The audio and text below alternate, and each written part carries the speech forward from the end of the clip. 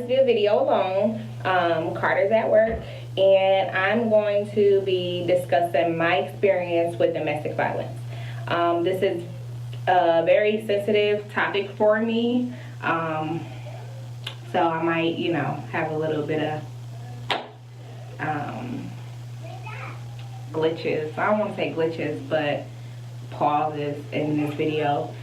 Just take time, so bear with me.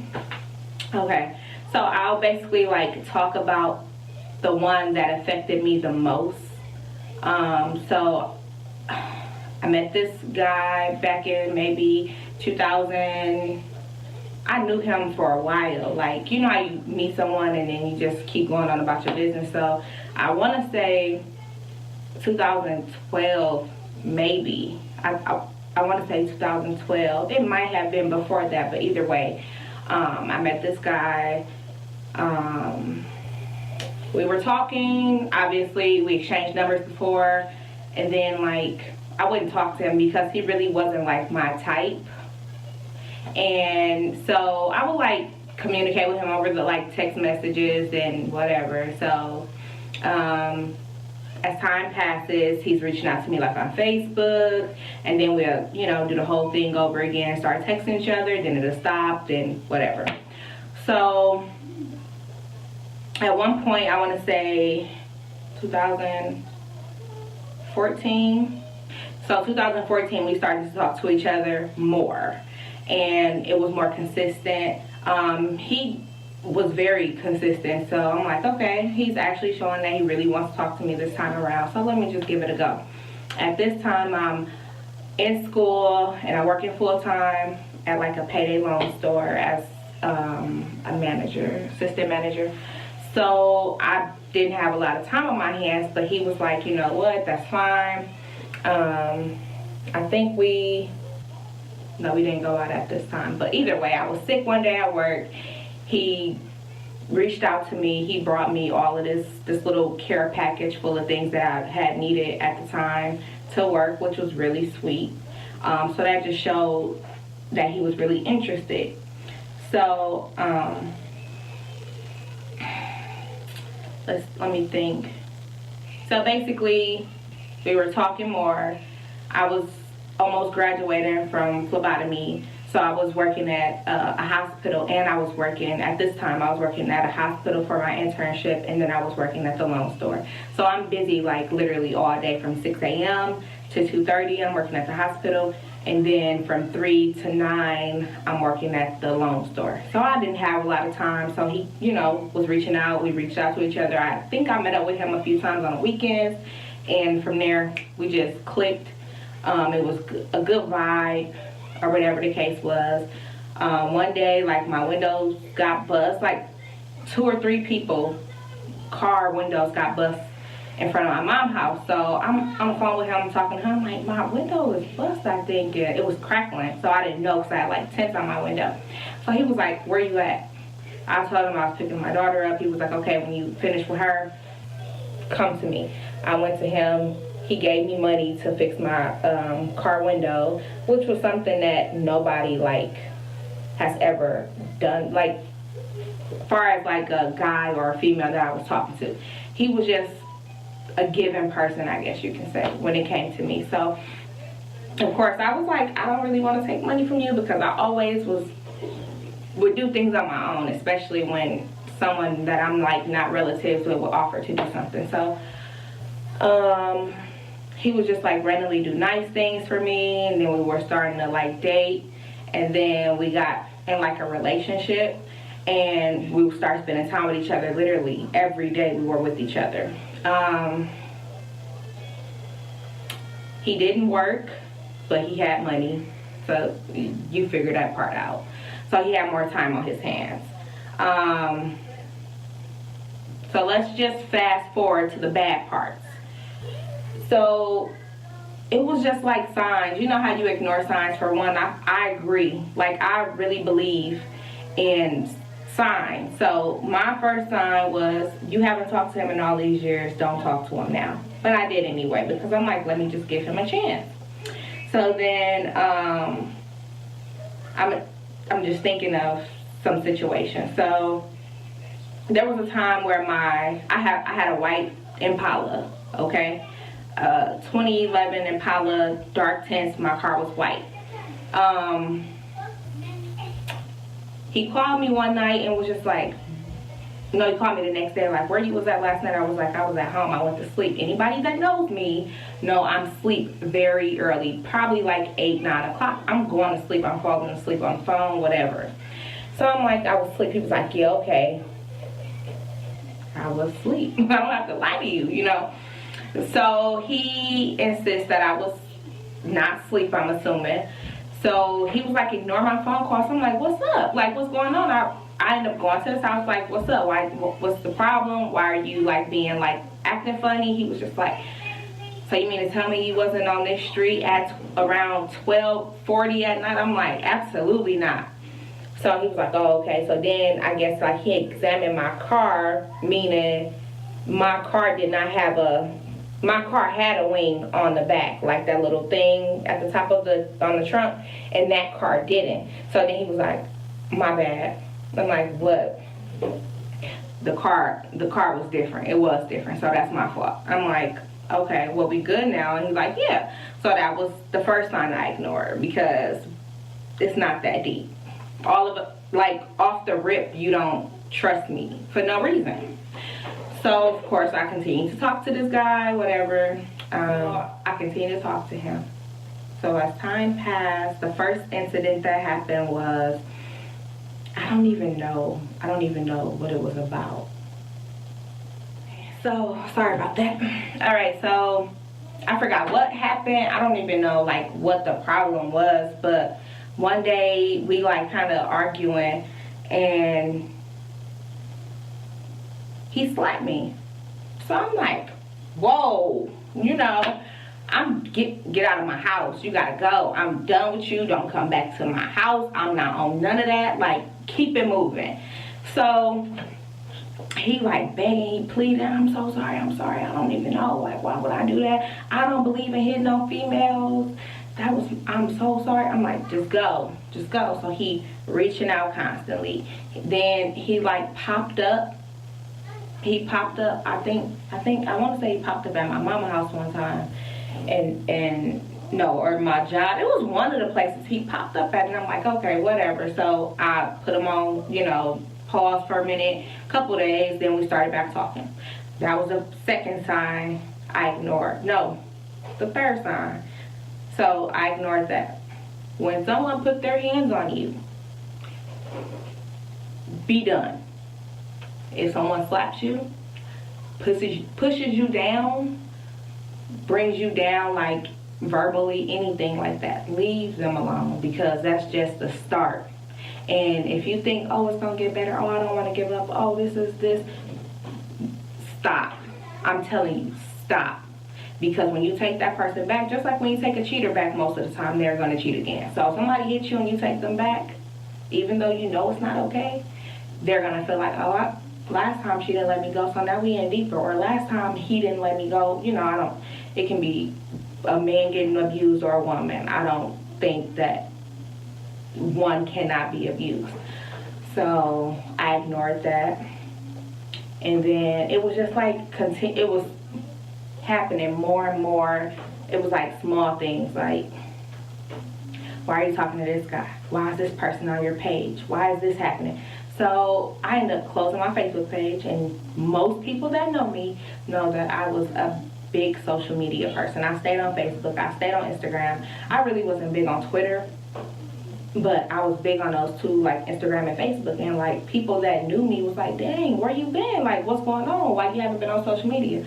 I'm like, if I'm gonna, you know, make this relationship, try to work, whatever, I'll adjust to make it better, you know, for the both of us, whatever the case may be. He was only like on Facebook, so it was like that happened. So it was like always like assuming things, or like my ex that I was still cool with, like it was nothing, like he assumed that I was with this person still. It was things like him making assumptions, him just, you know, assuming things, that he wanted me to stop talking to so many people. He wanted, like, my friends, like, try to make me stop talking to people over the phone and text messages, basically like making me isolate myself. Now, like I told you, I was busy, so I ended up stop working at both jobs due to my manager position. I wasn't able to like go to meetings in a different county, so I just quit from there. So I was only full-time the morning shift at the hospital. So let me just think, because I don't want to make the video too long. There was a time where we were in a car together. I throw something out the window. Do not litter, but I threw something out the window. He tells me that I'm signaling someone that drove past. I'm signaling them to like get attention. This person I didn't see. I wear glasses, FYI, but I don't wear glasses ever. I wear them when I drive. I can't see nobody. Most people in these neighborhoods have tinted windows. So I'm going to signal somebody by throwing a piece of paper outside. Okay? So that was a situation. And when this happened, after I signaled this person, he drives to a gas station. Now this gas station, I don't even remember where the gas station was at, but allegedly the gas station was by this guy's house that I supposedly signaled. So he's like, call him. We're going to wait till he pull up. We're going to pull up at his mama's house. Then when we pull up at his mama's house, I'm going to fuck him up and you. What? So I'm like, let me get out the car. Mind you, this is my car, okay? Let me get out of the car. Do y'all know this man punches me, right? He punches me in my head. And he punched me in my head. And at this point, I got a big knot on my forehead. Now, my daughter, I did have my daughter. I did not have my son yet. But my daughter was, like, when she wasn't with me, she was always at my mom's house or with her dad or his side of the family. So, like, these situations that I'm talking about is not in order either. I'm just thinking of what the situation that I can think of without making it too long. So he punched me in my head, and I'm, like, crying in the car, and I hate crying or whatever. But I'm crying. I'm like, just let me out. It's not that serious. What do you want from me? What do you want me to do, you know? And he's like, you gonna stop fucking playing with me? I'm not no fucking dummy. If you want these niggas, go get them. I'm finna be done with you. I'm like, what the fuck? I'm hysterical at this point, because when I used to get whoopings as a kid, I was hysterical, and it wouldn't even be that deep. So of course, I'm just like, this shit is crazy. So when I eventually look in the mirror, like when I tell you he hit me so hard in my head, I had an instant knot on my forehead. So that was another incident. There was a time where a lot of this stuff, I don't remember why it happened, because most of the times it wasn't nothing that I did, you know. And it was one time my eye was black. I never had a black eye. I'm dark skinned. I'm very dark skinned, y'all. And I'm talking about, I had a black eye. I went and got my fucking makeup done. I don't get my makeup done. That was another sign that people around me ignored. And it's unfortunate, but I mean, you should always pay attention to the people that you love, period. So if anybody that I was like seeing or whatever, just ignored that. If you know me, you know I don't get my makeup done unless it's like my birthday. And I did that 1 year. Maybe 2 years I got my makeup done on my birthday. But this time I just randomly got my makeup done. Not my hair, not nothing. Just my makeup done. Trying to cover up a scar. A black eye, I'm sorry. So when that happened, I was just like, this is fucked up, you know. And I cried, you know, cried at night. I worked my ass off. Because, like, that's where my safe place was. Like, not my safe place wasn't even at home for real, because he was, if I'm there, he know I'm there or he's gonna be there. But at work, I knew I'm good here. I'm in a big ass hospital. I'm making money and I'm communicating with people. And that's what probably kept me up. If I was working where I'm working at now, I probably would have folded, you know? Because now in my job, it's quiet. I just do my job and that's it. But working in the hospital, you interact with people. You interact with sick people, happy people, pregnant people, you know, all these kind of people. So that put me in a better place mentally.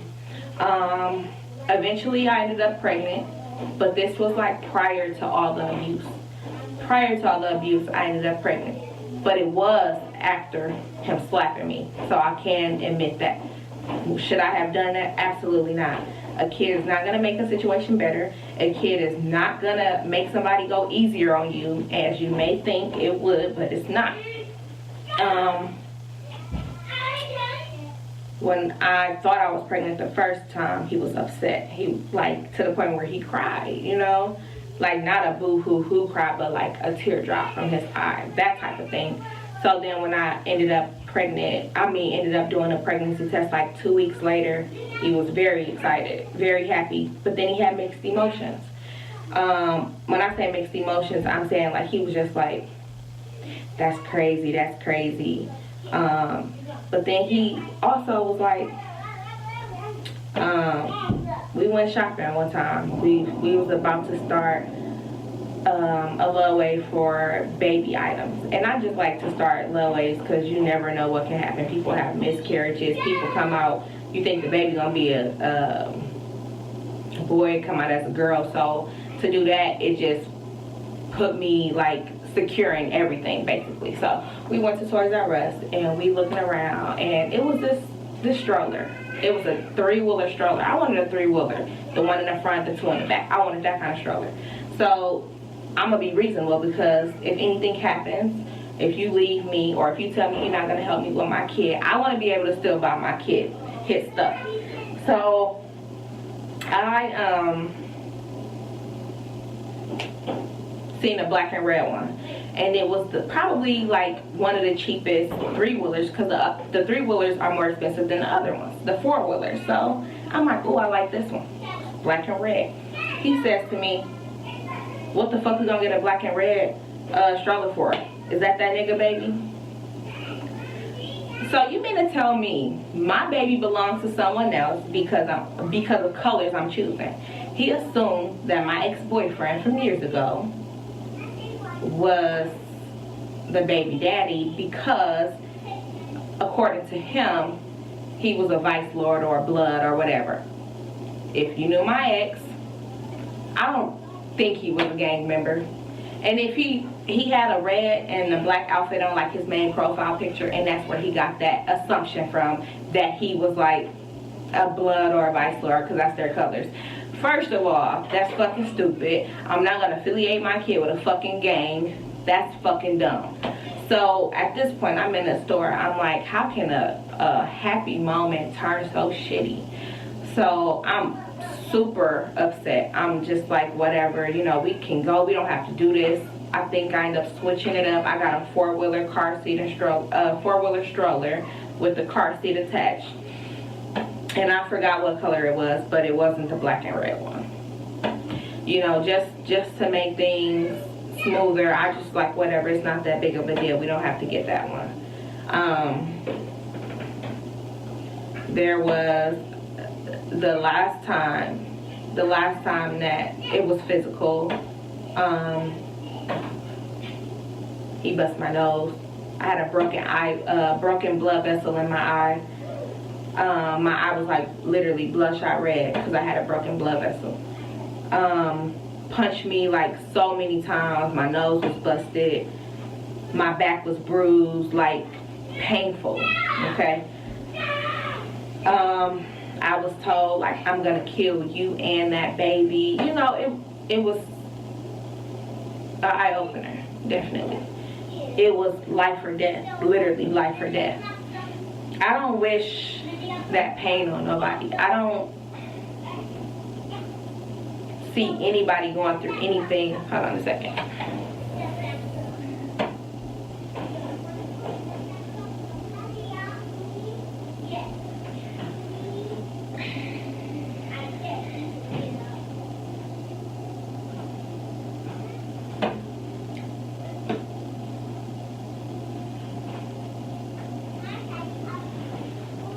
Like, okay, I would not wish domestic violence on my worst enemy, okay? So if you know anyone that's in an abusive relationship, get out. Get out, get out, get out, get out. If you don't have a plan, figure out a plan. Look online. They help you. They will help you. When I say they will help you far as shelter, housing, a safe way. They'll help you make a plan. It's even like quick exit links when you go on domestic violence sites. You click one and it show you to like a pizza place or something. It'll like reroute your browser. My whole thing with domestic violence, if I had the money and the time or whatever, I would try to do some type of support group, some type of way, like some type of safe place for women to go. Or like even a blog where we can just talk about it. We can talk about your experience. We can talk about anything, you know, because at times people just need someone to talk to. I have always been a good listener for people, always been that comfort place for people. The people that I did keep in touch with, they were listening to me, but no one ever offered help. And when I say offer help, I mean like, hey, you want to go do something? Do you want to get out? Come see me. I'm gonna come to you. None of that really, ever. When I had a situation, my friend Tasha did come through when I needed her. I had a friend where when I was pregnant, I was thinking about having an abortion because I'm like, I can't bring no baby in this world because he might, you know, who knows what happened with this kid. And when I was going to go get an abortion, I was just like so scared. And then like when I was telling her what I was going through, she was just like so negative about it. It's a fucked up situation, but it's not that time to try to beat someone down and say, why are you so weak? You've never been this way.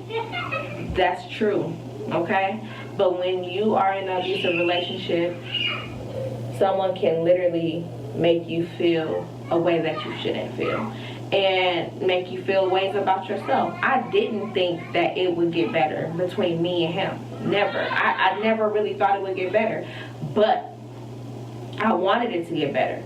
I didn't feel like I wanted to have another kid and not be with the dad, you know?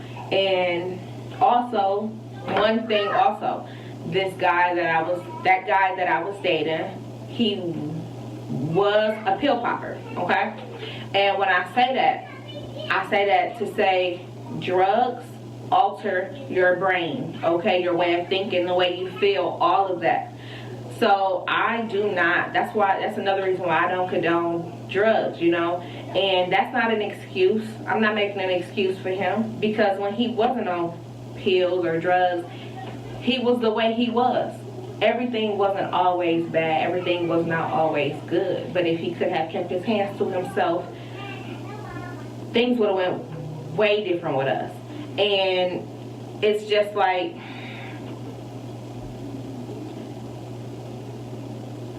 I did not agree with him doing pills, okay? And I'm very vocal when it comes to people doing drugs and stuff that I'm with, and I let them know, I don't like that. I don't like you smoking, or I don't like this, or I don't like that. I'm not here to change you, but I am here to tell you what I dislike. You either change or you don't. And the thing was, he didn't take pills in front of me. The time where he took a pill or bought a pill from in front of my house from a guy that was with another guy that I used to date, it was just like, first of all, why are you buying pills? Second of all, you buying a pill from somebody has nothing to do with me and the guy that's in the car. So when he did pills, I didn't know. I wasn't aware. But you can possibly tell by the look of someone, if you know them, the vibe is different, or they're like really like mellow, or they're really hyped up. It all depends on what type of drug they're taking. So if you know somebody who's like doing drugs, and then it just seems like that's when he's more, you know, abusive, or when he's drunk, he's an angry drunk, or whoever, like whatever, just eliminate yourself from the situation altogether, because you don't want to end up losing your freedom. You don't want to end up losing your life, because at the end of the day, that's what's going to happen. Take heed of everything that's going on. Think, is this really worth it? Is my freedom worth this person? Is my life worth this person? Is my kid's life worth this person? Because people do things without thinking. And guys, especially, I'm sorry, people especially that's abusers, they play on your mental to the point where, oh, you doing this, you don't love me, or I love you, why you doing this? Don't allow somebody to bring you down. Don't let them break you down. And it's a very sensitive topic for me, but it's also like, when I hear females talking about, oh, this guy just did this to me, I don't want to give up, or oh, this guy did this to me, but he said he'd never do it again. Listen here, don't do it, okay? And I have a hard time talking to people that takes back an abuser when you have a way out.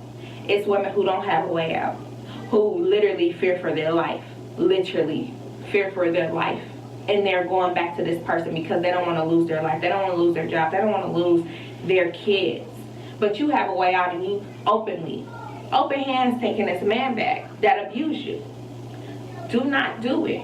I'm not here to judge nobody, but what I'm saying from my experience, the best thing for you to do is when you are with an abuser, let it go. It's not gonna work. It's not meant to work. God is telling you to go. He's not meant for you. This is not your soulmate. If someone loves you, they will not put their hands on you. If someone loves you, they will not try to bring you down, call you names, tell you they're the only one that loves you, things like that.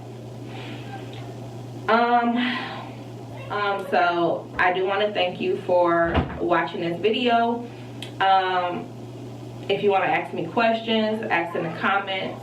Don't forget, I will have that number to domestic violence hotline listed. You can get help. You can get out. There is always a way out, okay? That's going to be it for the video. Thanks for watching. Make sure you subscribe, like, and comment.